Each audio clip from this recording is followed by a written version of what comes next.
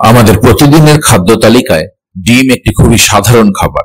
বিশেষ করে সেদ্ধ ডিম অনেকেই ব্রেকফাস্টে খেতে পছন্দ করেন। কিন্তু প্রশ্ন হলো, প্রতিদিন একটি সেদ্ধ ডিম খাওয়া কি সত্যিই আমাদের স্বাস্থ্যের জন্য উপকারী? কেউ বলেন এতে শরীরের পুষ্টি পূরণ হয়, আবার কেউ চিন্তা করেন হৃদরোগের ঝুঁকি বাড়তে পারে। এই শর্ট ভিডিওটিতে আমরা জানব প্রতিদিন একটি সেদ্ধ ডিম খাওয়ার 5টি গুরুত্বপূর্ণ উপকারিতা এবং হৃদরোগের ঝুঁকি নিয়ে প্রচলিত ধারণার আসল সত্য। 1.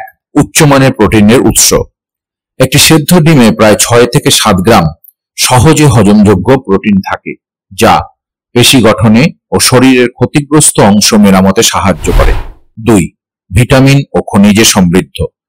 ডিমে ভিটামিন এ, বি12, ডি এবং ফলেট, সেলেনিয়াম, ফসফরাস সহ নানা প্রয়োজনীয় পুষ্টি উপাদান থাকে। 3. চোখের স্বাস্থ্যে সহায়ক।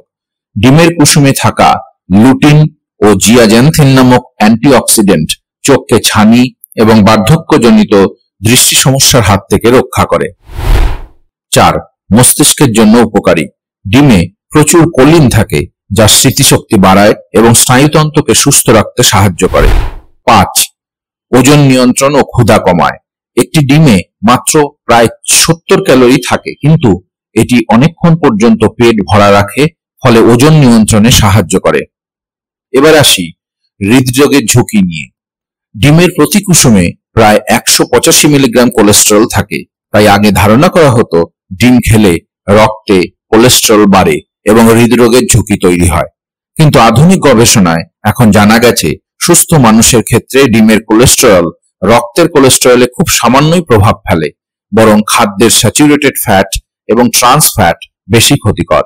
তাই একটি সেদ্ধ ডিম আপনি নিশ্চিন্তে খেতে পারেন প্রতিদিন।